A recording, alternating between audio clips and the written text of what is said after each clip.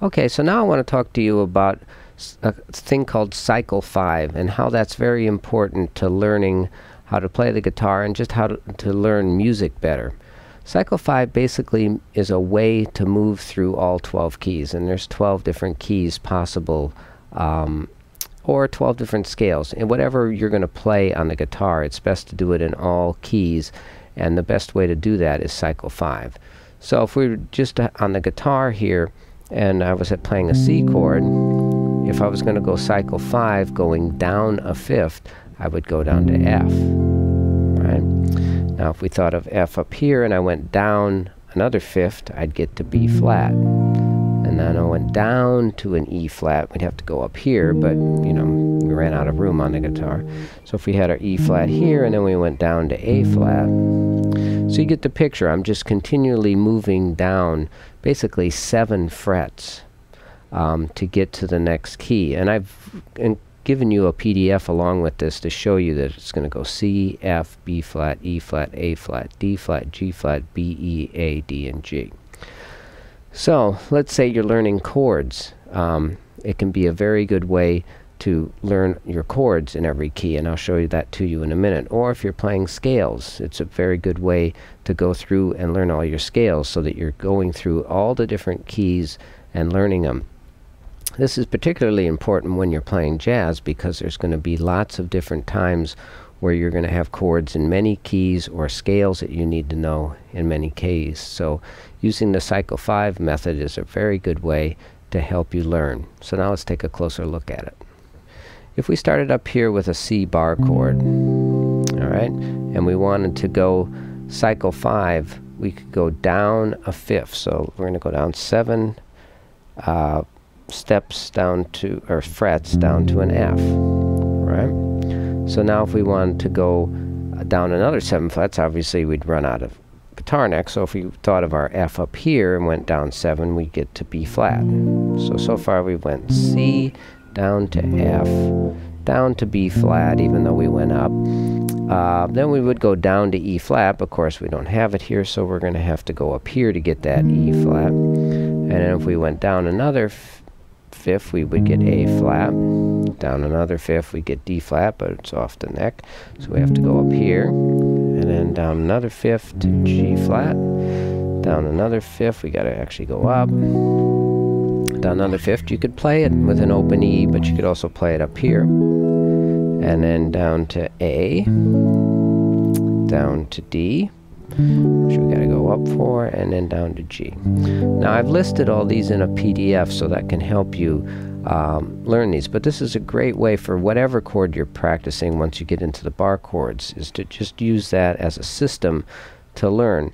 What that's going to, it's going to do a bunch of things for you. First of all, it's going to help you learn all these notes on the low E string, right? Because that's the root of each chord you're playing. When you're up here at the 8th fret, that's a C, and this is a C major chord. When you're down here at the 1st fret, that's an F, and that's an F major chord. So getting so you know that cycle can be very useful, because that's going to really help you to memorize all the notes on this low string and to memorize the chord. Now you can do that too with bar chords like this. There's another C major bar chord. So now you're doing the same thing. Cycle 5, we'd go C down to F, but we got to go up to get to it because we ran out of guitar neck. But then down to B flat, E flat, A flat, D flat, G flat, B, E, either A here or A here, D, G, C. So you can see from playing that now, you're going to really get so you memorize all the notes on these 2 bottom strings. And remember that the top string is the same as the bottom string, so if you do that, you've already learned half of the strings and the notes on the guitar. So this is a very good way to kind of learn the guitar neck and to start learning all your chords in all keys. Now you can do that also with scales. You know, if we had the C scale, the major scale that we learned, I'll just play part of it here, but it would be up here at the 8th fret. Now if we wanted to do an F scale, it's going to be that exact same form down on F. And then in B flat, it'd be the same thing here.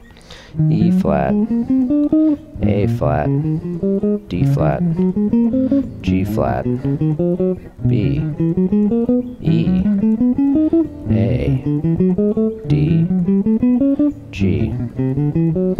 Now the tendency is with guitar players is that you just memorize those fingering patterns. Just remember, fingering patterns are okay once you know the notes. So if you can go C, D, E, F, G, A, B, C, and you know those notes, then it's fine to know this pattern. But if you're just memorizing a finger pattern, and if I hit that note, you have no idea what it is, then that's not good. Because you're going to need to know this information when you start, particularly when you're trying to play jazz, because it gets to be a much more complicated type of music. So you really start to have to know the notes on the guitar. So when you're playing stuff cycle 5, for instance scales, just make sure that you're first learning what all the notes are, and then once you feel like you know the notes, then you can start thinking the patterns. Many times students ask me, well, gee, how well do I have to know it? And I usually say, you know, if you can play a note and say within 1 second, that's a D, then you know the notes and you can start remembering the patterns. But if you're sitting there, you know, for 5 seconds trying to figure out what that note is, then you still need to work on knowing what the notes are. So use the cycle 5 system to learn with, and I think you'll find it will be very helpful for learning jazz or any type of music you're working on.